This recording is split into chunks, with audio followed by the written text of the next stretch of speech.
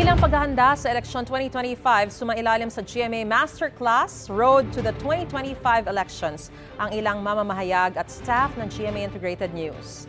Nagbigay ng dagdag kaalaman ng ilang eksperto sa iba't ibang issues sa eleksyon tulad ni COMELEC Chairman George Garcia na binigyan diin ang halaga ng 2025 elections at voters' education.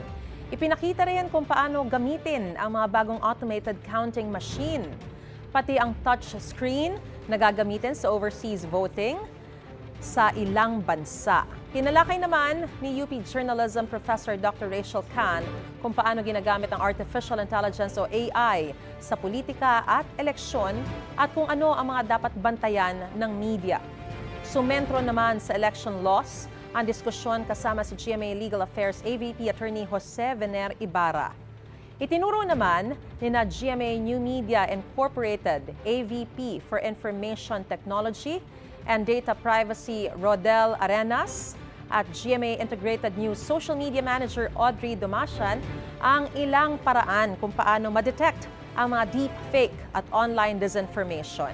Bukod sa mga mamamahayag at staff, naroon din ang ilang opisyal ng GMA Integrated News sa pangunguna ni GMA Integrated News, Regional TV and Synergy Senior Vice President Oliver Victor B. Amoroso.